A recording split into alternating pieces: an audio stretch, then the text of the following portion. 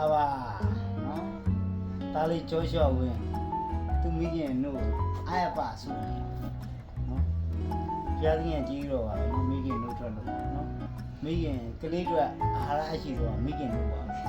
မိခင်တို့တော့အာဟာရရှိတဲ့အရာမရှိပါဘူးနော်ဒါကြောင့်မလို့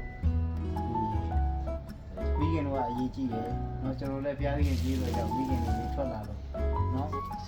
ရားကြီးတော့အပြည့်ဒီလိုစုဝင်ရတာပေါ့နော်မုံလည်းတိုက်ပါတယ်မိခင်တို့လည်းတိုက်ပါတယ်နော်ဟောတာဦးဆိုတော့တို့အများကြီးတော့လိုက်လိုက်ရုပ်ထွက်ပါဘူးဒါမှလည်း try တင်တော့ဘုရားကြီးတော့ကြောင့်ကျွန်တော်ထွက်တယ်ဘုရားကြီးကအများကြီးကျေးဇူးတင်ရင်ဒါလေးလည်းအခုနောက်ပိုင်းမှာဒါလေးကနှုံးမုံတော့တိတ်မတော့ဘူးမိခင်တို့ပဲတောက်စီနော်မိခင်တို့ပဲတောက်စီမိခင်တွေကလည်းဝမ်းမြောက်စရာရှိတယ်ကိုသားကလေကိုယ့်ရဲ့နှုတ်ဆိုရင်မိခင်တွေအရန်ဝမ်းသာနော်ဟိုလိုနှုံးမုံဝဲတိုက်တာတိုက်လို့ရတာပေါ့နှုံးမုံဝဲတိုက်လို့နှုံးမုံတောက်နေတဲ့တားရဲ့မျက်နှာကြည့်တာနဲ့ကိုသားကကိုယ့်ရဲ့နှုတ်နော်ဆိုတာနဲ့ဒီမျက်နှာကြည့်တာနဲ့အနှစ်သာမတူဘူးပေါ့ကိုသားတယောက်ကကိုယ့်နှုတ်ကိုဆိုတဲ့ခါမှာမိခင်တွေပြောတယ်နော်ကျွန်တော်လည်းပြောပါတယ်ကျွန်တော်လည်းပြောပါတယ်မိခင်တွေလည်းကျွန်တော်ကိုယ်တမ်းထားမယ်ဒီဗီဇာရမယ်နော်သူတို့လည်းဒီလိုပဲ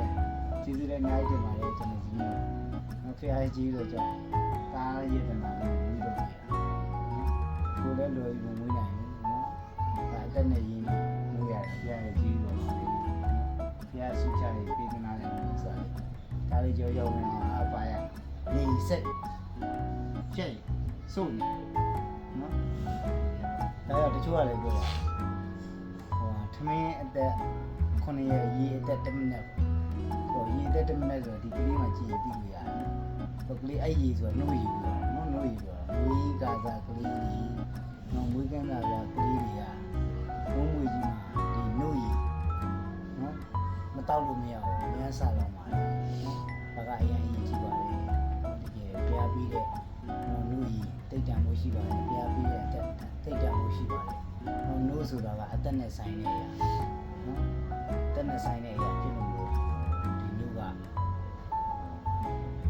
လူတွေအကျိုးအာဟာရတဲ့အများစွာဖြစ်နေပါတယ်။ကျေးဇူးတင်ပါတယ်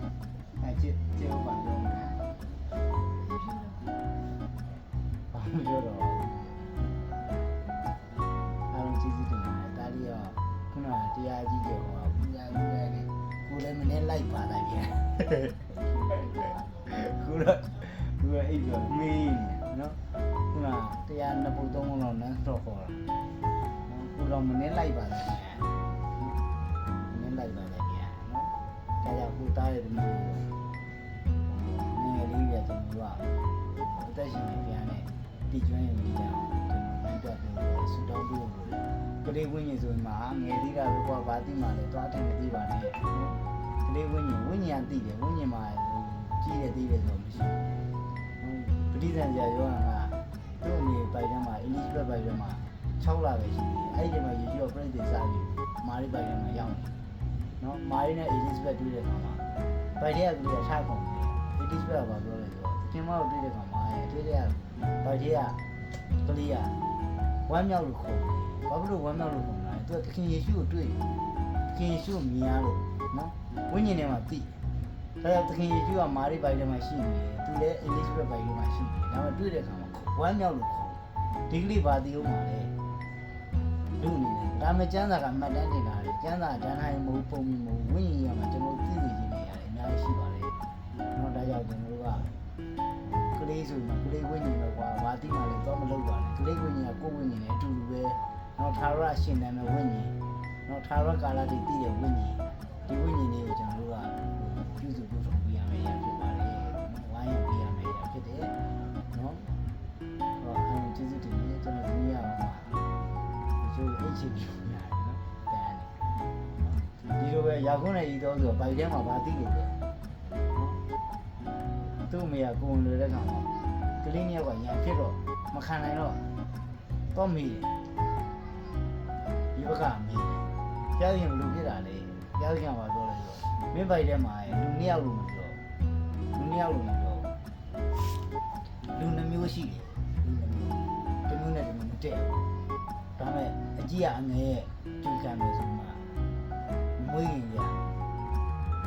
သူ့မိပြောထားပြီနော်သူ့မိပြောထားတယ်ဒါကြောင့်မွေးတဲ့ကောင်ကသူကဘာလို့တဲတော့မှရံပြစ်နေတာလဲတာဥရလို့အမှန်တကယ်ရာကိုကအရင်မွေးမှာမဟုတ်ဘူးဤတော့အရင်မွေးမှာဤတော့အရင်မွေးတာဥရရရင်ကောင်းကြီးမင်္ဂလာရပါတယ်ဒူးတွေထုံးတဲ့အရင်ဦးဆုံးမွေးတဲ့တာဥကကောင်းကြီးမင်္ဂလာအမွေတွေအားလုံးရတာပေါ့ဆိုတော့ဒါကြောင့်မလို့ဤတော့အရင်မွေးရမှာဖြစ်တော့လေရာကိုက6လောက်လို့ဆွဲတယ်မွေးနေအောင်ငါလည်းမွေးနေတာငါလည်းအရင်ဦးဆုံး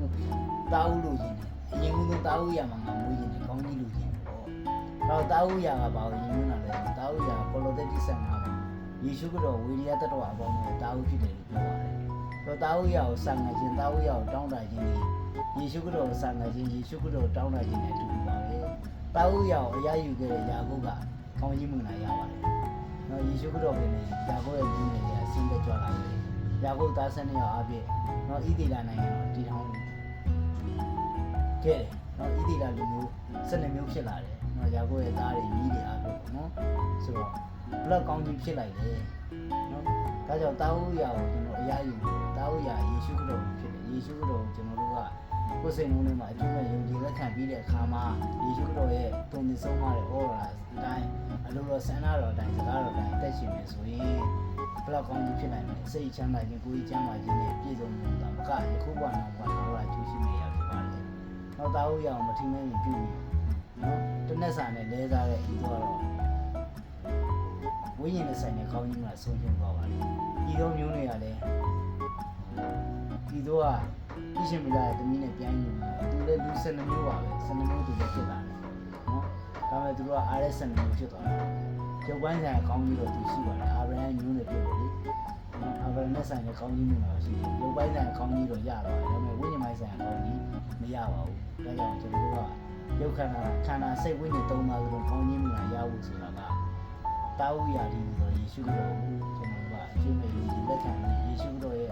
တုံ့ပြန်ဆုံးမ